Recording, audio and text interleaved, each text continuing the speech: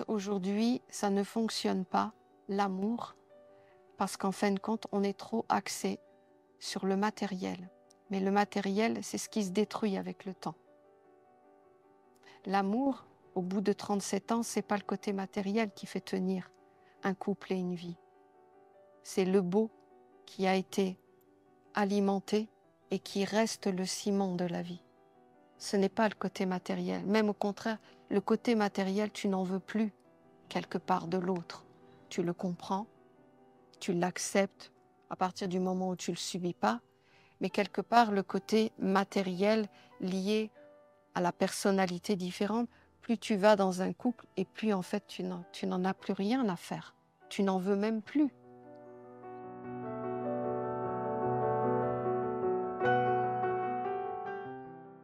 Malheureusement, l'humanité est beaucoup touchée par ça et on n'a pas été éduqué dès le départ à savoir utiliser son cœur et on a pensé que quand on rencontrait quelque chose à l'extérieur de nous qui faisait vibrer notre cœur, c'est-à-dire qu'en fait, qu'est-ce qui se passe à l'intérieur?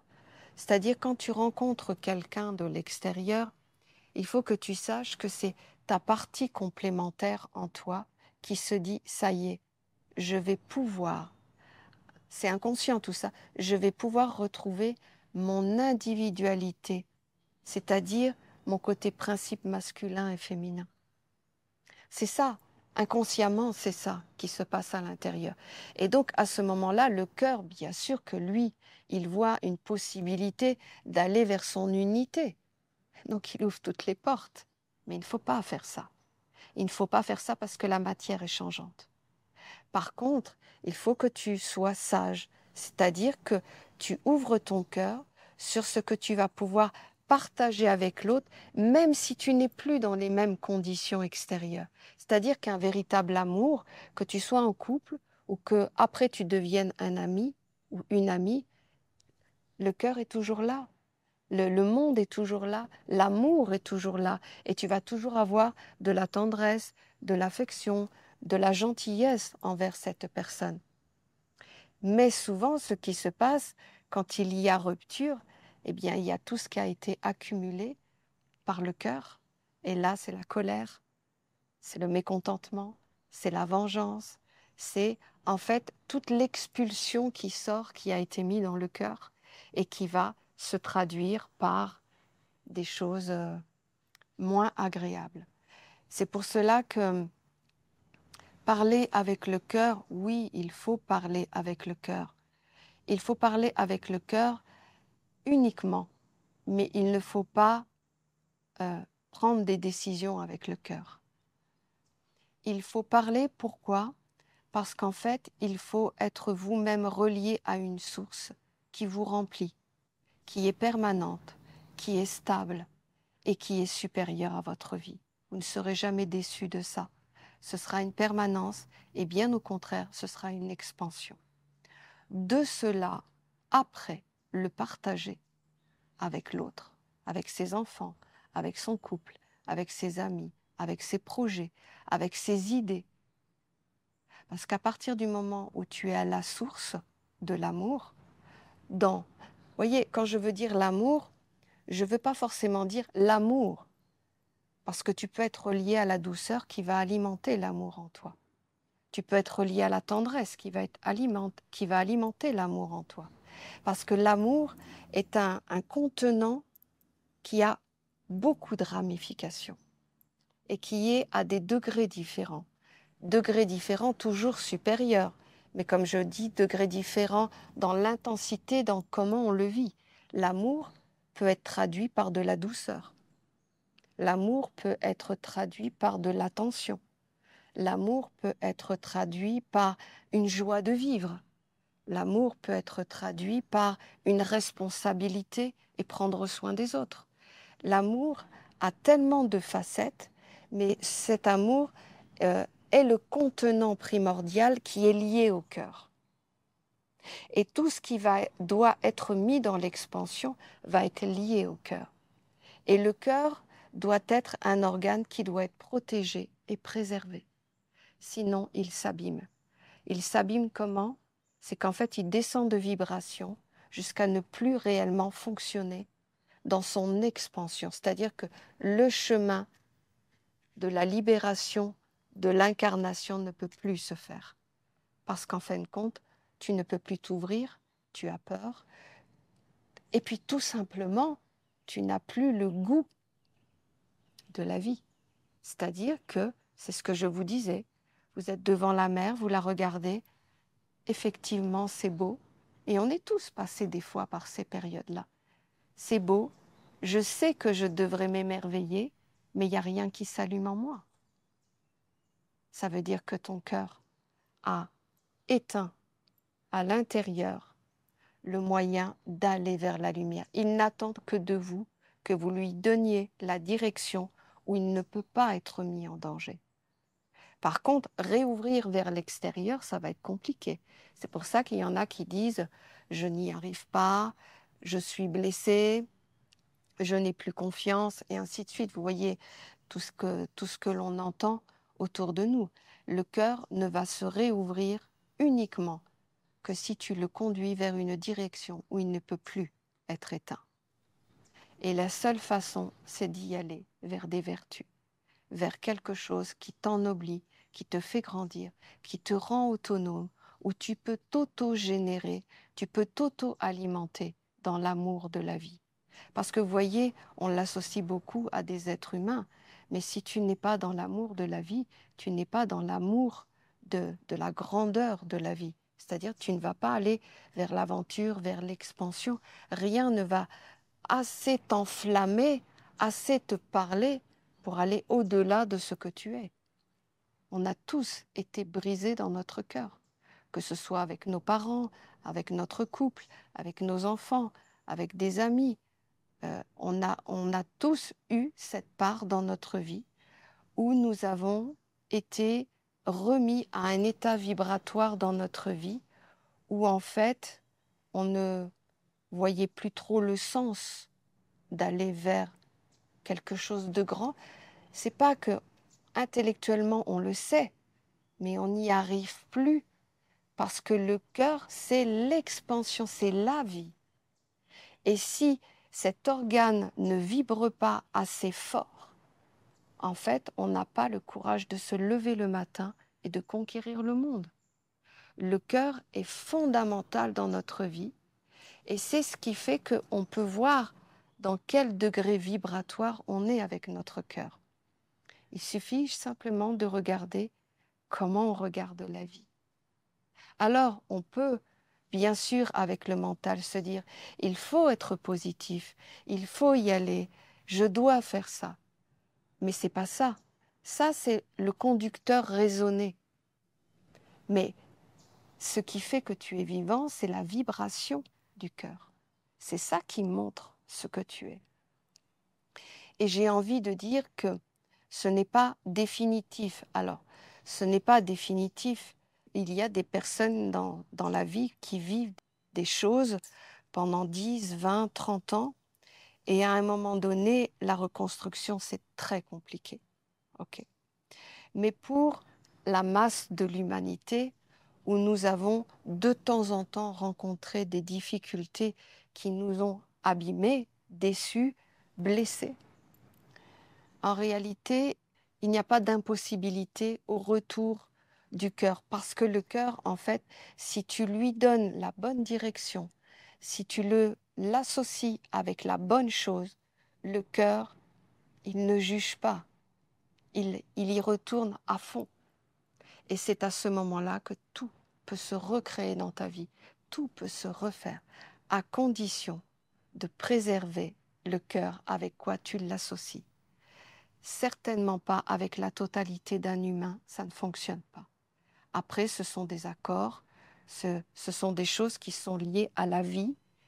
Il faut évoluer ensemble, il faut grandir ensemble, il faut avoir des partages ensemble.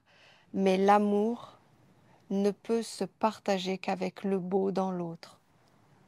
Et ça, c'est ce qui va vous permettre de garder un amour, même en dehors de l'aspect que vous avez là. C'est-à-dire que même s'il y a des choses qui se mettent en place, vous pourrez tout reconstruire, tout éclairer sur une base qui est liée à un monde supérieur. Si vous l'associez à un corps, à une tendance, à des choses qui vous plaisent sur le moment, vous allez mettre tout ça à l'intérieur de vous. Et à un moment donné, vous allez voir que tout ce qui est mortel et changeant ne peut pas vivre dans votre cœur, ne peut pas aller au-delà de votre cœur.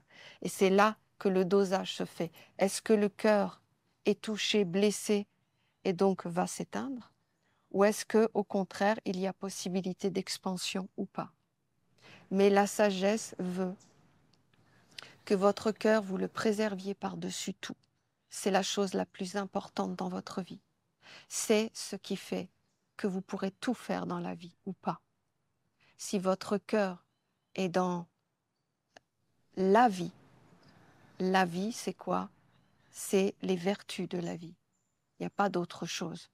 C'est être dans la bonté, se sentir être dans la joie, se sentir être conquérant de la vie, se sentir être dans le bonheur, se sentir dans l'amour de tout le monde. C'est ça la vie. Ce n'est pas être rétréci à regarder la mer en se disant « la mer c'est beau, mais il n'y a plus rien qui vibre à l'intérieur ». À ce moment-là, le cœur est en souffrance et vous n'aurez pas d'autre moyen que de vous rediriger vers des vertus parce que vous ne le trouverez plus à l'extérieur.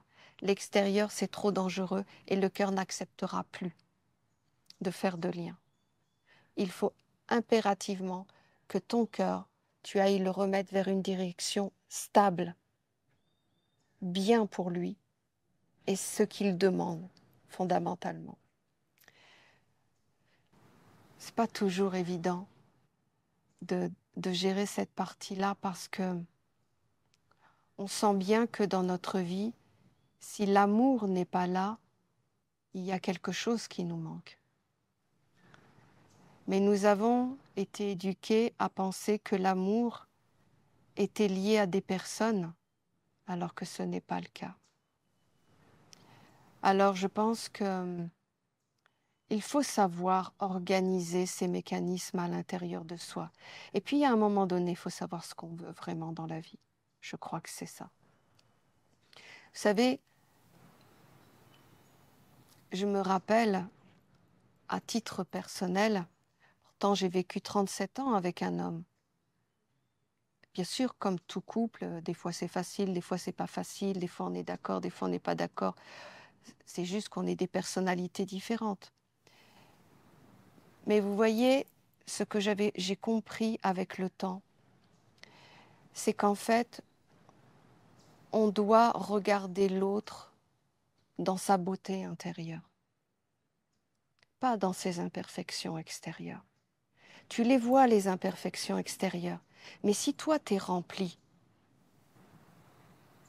de beauté de l'autre, eh bien en fait, les imperfections, t'as juste à te dire, je ne vais pas les prendre dans ma vie et les adopter de force.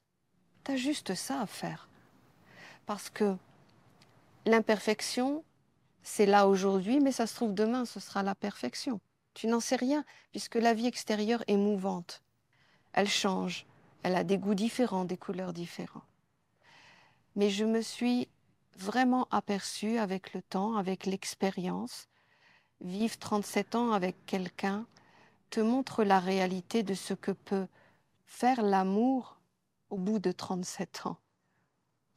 Eh bien, vous voyez, je pense que l'amour, au bout d'un moment, elle se vit dans son véritable être et expression. C'est-à-dire que tu n'es plus sur la dépendance de ce que l'autre peut t'apporter, parce qu'en fin de compte, toi-même, tu comprends que tu dois générer l'amour par toi-même. Et pour cela, il faut que le côté beau de la vie, le côté émerveillement de la vie, vous voyez, le côté, comme on dit, redevenir un enfant, c'est-à-dire laisser vivre le côté naturel sans mettre des barrières, des contraintes et des choses comme ça à l'intérieur. Et en fait, quand tu trouves ta propre source de l'amour, tu la vois partout en fait après. Quand toi, tu es rempli par un monde supérieur, eh bien, tu es toi-même la source de l'amour quelque part. Et quand tu es la source de l'amour, alors à des degrés différents, en réalité, tu le vois partout. Quand tes yeux se posent sur l'autre, tu vois ce qui est beau en l'autre. Et tu ne vois plus les défauts. Tu les vois, mais tu ne les avales plus, tu ne les manges plus, tu ne les subis plus, tu ne les intègres plus à ta vie. Tu fais vraiment la part des choses d'un côté imparfait qui ne t'appartient pas, et toi, tu gardes le lien de ce qui fait que sur cet aspect de la beauté commune, en fait, vous pouvez créer tout un monde. Et c'est ça. L'amour, ce n'est pas toujours demander à l'autre d'être parfait ou d'être à ta convenance ou d'être dans les critères que tu aimes. L'amour, tu ne le verras que si tu le portes en toi, en l'autre. Si tu commences à voir les défauts de l'autre, c'est-à-dire que le lien de l'amour qui t'unissait à sa partie divine est en train de s'étioler parce que le côté extérieur est en train de prendre le dessus. Et à ce moment-là, on connaît la suite de l'histoire. Ça ne va plus fonctionner. Parce que le côté extérieur, vous n'allez pas donner de vous pour construire quelque chose qui va se périr. Votre cœur, il est là pour vous conduire vers l'immortalité, vers le plus grand, vers ce qui va vous conduire vers d'autres mondes. Et vous ne pouvez pas le contraindre à une vie extérieure, à des choses qui finalement ne passeront pas la mort et qui, au contraire, peuvent même vous laisser à vous éteindre dans la vie, ou d'autres plus intelligents vont se construire à devenir encore plus forts, encore plus grands. Et ça dépend de la nature de chacun. Je crois qu'il faut savoir ce que l'on veut dans la vie. Parce que les couples aujourd'hui ne fonctionnent plus. Pourquoi ? Parce qu'en fait, ils demandent à l'autre de faire vivre le côté extérieur de la vie. Et comme nous sommes dans un monde aujourd'hui où chacun doit faire sa part, parce qu'avant c'était surtout l'homme qui devait faire presque tout, c'était un peu comme ça, c'est-à-dire l'homme devait s'occuper de la famille, donner la direction de la vie, donner les orientations de la vie, c'est lui qui ramenait les amis, et la femme faisait beaucoup moins de choses. Mais aujourd'hui, c'est différent. L'homme et la femme demandent à ce qu'il y ait égalité matérielle. Ce qui fait que finalement, aujourd'hui, il y a matière à discussion. Et matière à discussion devient aujourd'hui la priorité sur l'amour. C'est-à-dire, je vais ouvrir ma vie à ce que tu me donnes en accord. Toi, tu fais ça, ça, ça, ça. Toi, tu fais ça, ça, ça. Pas forcément que matériellement, au niveau sentimental, au niveau des idées, au niveau des projets. Et en fait, aujourd'hui, ça ne fonctionne pas, l'amour, parce qu'en fin de compte, on est trop axé sur le matériel. Mais le matériel, c'est ce qui se détruit avec le temps. L'amour, au bout de 37 ans, c'est pas le côté matériel qui fait tenir un couple et une vie. C'est le beau qui a été alimenté et qui reste le ciment de la vie. Ce n'est pas le côté matériel. Même au contraire, le côté matériel, tu n'en veux plus quelque part de l'autre. Tu le comprends, tu l'acceptes à partir du moment où tu ne le subis pas, mais quelque part, le côté matériel lié à la personnalité différente, plus tu vas dans un couple et plus en fait tu n'en as plus rien à faire. Tu n'en veux même plus, quelque part. C'est comme ça. Ce que tu veux, c'est continuer à vibrer avec l'autre dans ce qui est beau pour la construction de la vie. Donc vous voyez, on est tout à l'inverse du processus. C'est pour cela qu'aujourd'hui, si tu commences une vie avec quelqu'un, d'abord n'ouvre pas tout. Première des choses. Ne confonds pas ce qui est en train de se passer aujourd'hui comme quelque chose qui va durer avec le temps. Ce serait illusionné. Et puis d'ailleurs, il n'y a qu'à regarder comment ça se passe dans le monde. On est tous passés par là. On sait que ça à un moment, et puis à un moment donné, la réalité de la vie vient colorer la vision du couple. C'est pour cela que la première chose, si vraiment je veux donner un conseil aux jeunes couples qui se mettent ensemble, d'abord n'attends pas de l'autre de te rendre heureux ou heureuse, parce que sinon ça ne va pas fonctionner. Par contre, regarde en l'autre ce qui te plaît, la beauté que tu as vue à travers l'autre pour accepter d'ouvrir la totalité de ton cœur. Sache que de cet amour que tu vis là, une partie va s'estomper avec le temps parce que c'est justement la personnalité, l'être, dans son côté mouvant de la vie. Et c'est normal. Et il n'y a pas de problème avec ça. Par contre, construis tout avec l'autre sur cette base de la divinité que tu as vue dans l'autre, c'est-à-dire le beau que tu as vu en l'autre. Et construis toute ta vie là-dessus. C'est le socle de ta vie, c'est le lien, c'est ce qui va durer avec le temps. C'est ce qui va te permettre justement de construire ta personnalité pour permettre d'entretenir cette partie à l'intérieur de toi. Si ça n'est basé que sur des choses extérieures, ouais, on a le fun ensemble, on pense un peu pareil, on se trouve beau, il y a une belle complicité. Ça, il faut savoir qu'avec le temps, ça va changer. Donc tu ne peux pas construire là-dessus et tu ne peux surtout pas ouvrir ton cœur à ce moment-là.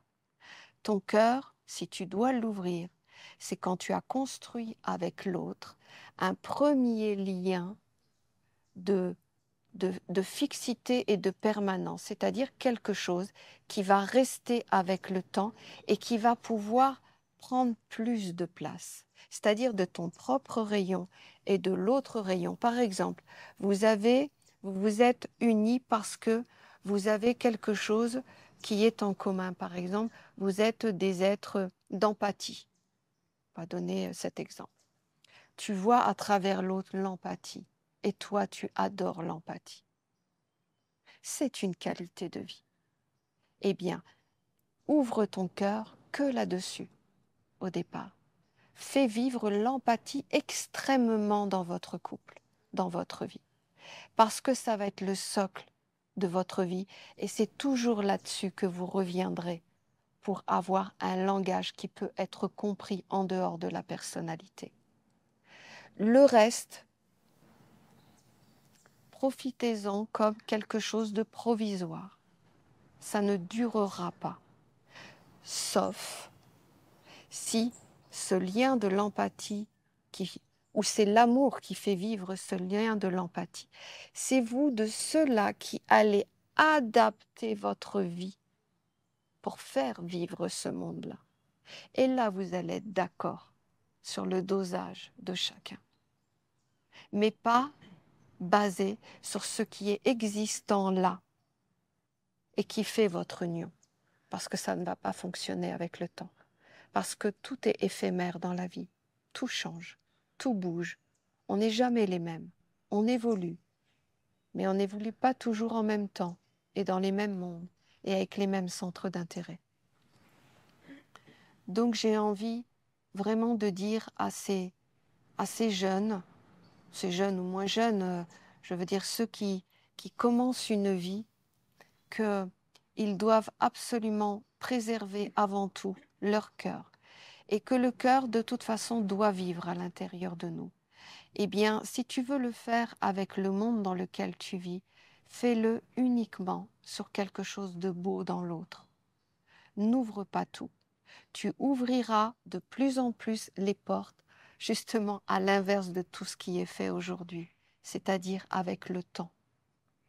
Quand tu verras que l'empathie commence à prendre plus de territoire, à s'impacter beaucoup plus dans ta vie, à être un projet commun, à être une vibration commune, eh bien, en fait, c'est là que ton cœur, tu vas lui donner l'expansion un peu plus dans le côté matériel. Mais vous voyez, l'empathie, avant tout, c'est un monde supérieur. C'est une qualité, c'est une vertu. Et quelque part, les deux sont liées à cette vertu. Et donc, si tu l'accueilles dans ton cœur et que tu l'exprimes avec l'autre, tu auras le moyen de tout emplir à l'extérieur. Et c'est là que les personnalités changent. C'est là que les êtres se disent, oui, j'ai envie d'adapter ma vie pour être beaucoup plus dans l'empathie, de commencer à corriger certaines choses que l'on fait. Voilà, la colère, on l'arrête, on est plus dans la tolérance. Voyez, c'est le ciment de votre vie. Le ciment de votre vie, ce n'est pas la fidélité où tu dois travailler, tu fais ta part, bien sûr. Mais le ciment de la vie est sur quelque chose qui ne peut pas être détruit et qui est lié à un monde supérieur où toi-même, si éventuellement tu n'arrives plus à le vivre avec l'extérieur, eh bien tu puisses continuer à le vivre avec un monde supérieur. Ce qui fait que ton cœur n'est jamais mis en faiblesse. Et ça, c'est super important.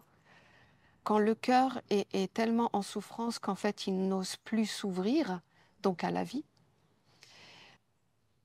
bon, déjà, la première des choses, c'est commencer à prendre soin de soi. C'est-à-dire que, vous voyez, il y a cette notion que si on ne prend pas conscience que c'est nous qui faisons notre vie, on va toujours être dépendant de l'extérieur et on va toujours attendre de l'extérieur. Donc, impossibilité de guérir un cœur de cette manière-là. À un moment donné, il faut prendre conscience que on doit nous-mêmes régénérer notre capital et concrètement, il faut se forcer à créer des moments d'extase et de joie à l'intérieur de soi. Dans le sens, quand je dis forcer, c'est-à-dire remettre un mécanisme au cœur en montrant qu'il y a une direction possible, parce qu'il ne va pas vouloir s'ouvrir le cœur. Il va avoir peur du danger encore dans lequel tu vas le mettre. Donc, il va falloir que tu commences à accueillir certaines vertus dans ta vie.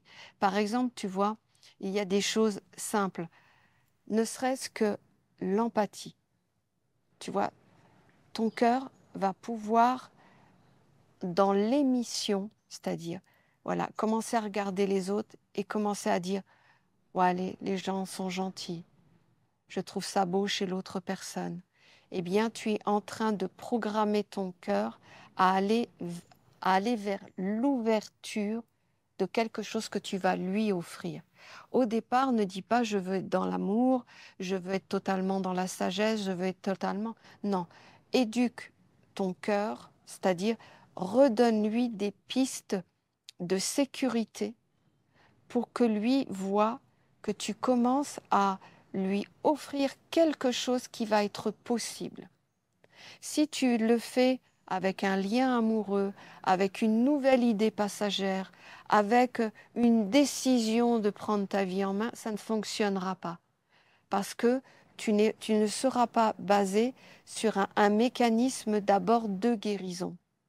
La guérison va être de commencer à mettre des choses dans ta vie où tu es seulement émissif.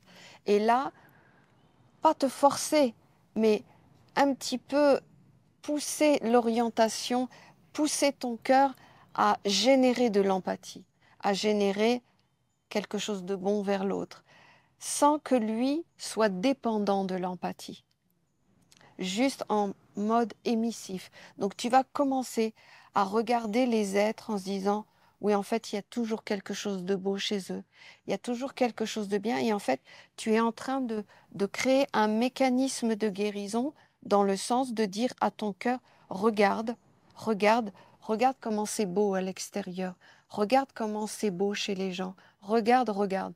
Et à un moment donné, le cœur va commencer à accepter l'idée de nouveau sortir de sa protection et de se dire, voilà, il y a peut-être quelque chose qui est en train de se passer. Et quand tu vas commencer à sentir qu'il y a un élan qui revient, à travers quoi? Envie de faire des choses, envie de te lever le matin, envie de manger des nouvelles choses, envie de t'habiller d'une autre manière. Ça y est, le cœur commence à dire, je vais aller vers la vie, mais il n'ira pas plus loin que ça au départ. Il ira plus loin si à ce moment-là, tu prends une qualité de vie, c'est-à-dire quelque chose où il va pouvoir s'exprimer et se manifester dans un contexte protégé. Par exemple, tu vas dire, maintenant, je vais adopter dans ma vie l'harmonie. L'harmonie, c'est quoi? C'est un monde où tu vas toujours essayer de trouver le côté positif et regarder ce qui est contradictoire à la lumière. Amener tout ça dans un équilibre. Eh bien, tu vas adopter cette philosophie de vie et tu vas commencer à offrir ce monde-là à ton cœur en disant, voilà, vibre quand tu vois que l'harmonie est là. Et à ce moment-là, il va commencer son chemin et toi, tu vas aller chercher l'information vers l'harmonie. Au départ, c'est toi qui vas faire le travail. Tu vas volontairement organiser la vie pour qu'elle soit dans l'harmonie. Tu vas volontairement aller chercher des pensées et des sentiments qui vont générer l'harmonie. En fait, tu vas commencer à préparer le terrain. Et à un moment donné, quand le mécanisme va commencer à être mis en place dans ta vie, là, ça y est, ouvre ton cœur et permets-lui d'aller vers l'harmonie. Et à ce moment-là, le cœur a de nouveau un chemin pour s'exprimer en sécurité. Mais au départ, tu dois vraiment le guérir. Et le guérir, c'est en commençant à aller regarder vers l'autre, parce que en fait, c'est naturel dans le fond. Mais le cœur ne va pas vouloir s'ouvrir parce qu'il ne va pas vouloir souffrir plus. Donc lui, commencer un petit chemin, par exemple sur l'empathie, qui est très bien. Parce que l'empathie, c'est vraiment quelque chose que toi, tu aimais. C'est une façon de voir la vie. Tu n'es pas forcément, tu vas pas demander à l'autre d'être empathique vis-à-vis de toi. Toi, par contre, tu vas être dans l'empathie et tu vas commencer à regarder le beau chez l'autre. Tu vas regarder ce qui t'émerveille. Tu vas justifier la personne. Tu vas voir ce qui est noble chez elle. Tu ne vas pas la condamner. Et là, le cœur va commencer à sentir l'envie de nouveau de vivre, de respirer. Et c'est à un moment donné, quand tu verras vraiment qu'il y a des mécanismes qui changent chez toi, que tu as envie, ouais, comme je disais tout à l'heure, tu as envie de t'habiller en rose alors que tu es habillé en noir. Tu as envie de manger des choses nouvelles parce qu'en fait, tu as envie de te faire plaisir. Tu as envie de faire des nouvelles choses. Tu as envie de voyager parce que tu as envie, voilà, d'aller à la rencontre de la vie. Et en fait, c'est la vie qui se réalimente à l'intérieur de toi et qui, de nouveau, est prête à aller vers un chemin. Mais le chemin, il faut que tu le prépares. Tu ne peux pas le mettre vers un monde comme ça si tu n'as pas préparé le terrain. Il faut que tu aies pris une décision dans ta vie d'adopter une qualité de vie. Et ça va être le premier lien. Et après, tu vas pouvoir aller vers l'extérieur. Voilà. Eh bien, écoutez, j'espère que l'humanité va pouvoir de nouveau se donner la possibilité de refaire vibrer leur cœur de façon à ce qu'eux aient envie de nouveau de conquérir la vie, de bâtir la vie, d'évoluer et surtout d'aller à la rencontre d'un monde supérieur qui va leur montrer que finalement tout ça c'était quand même pas très important, alors qu'en réalité on a basé énormément notre vie sur le côté matériel et que quand tu commences vraiment à vivre la vie, tu t'aperçois que le matériel n'est pas si important que ça et qu'il faut savoir juste au départ bien structurer notre vie pour préserver notre cœur parce que notre cœur sera notre véhicule pour aller vers un monde supérieur. Et il ne faut pas que ce cœur soit limité seulement à la vie matérielle. Donc, il ne faut pas l'abîmer. Mais ça, on ne nous l'a pas appris. C'est pour ça que si je peux donner ce conseil-là par expérience aussi, je sais qu'il faut être indépendant. Et indépendant dans le sens que notre cœur, nous devons lui avoir donné un espace où il peut être protégé, où il peut être dans l'expansion et où le monde avec lequel il vit ne peut pas le mettre en danger. Donc, un monde supérieur à travers une vertu.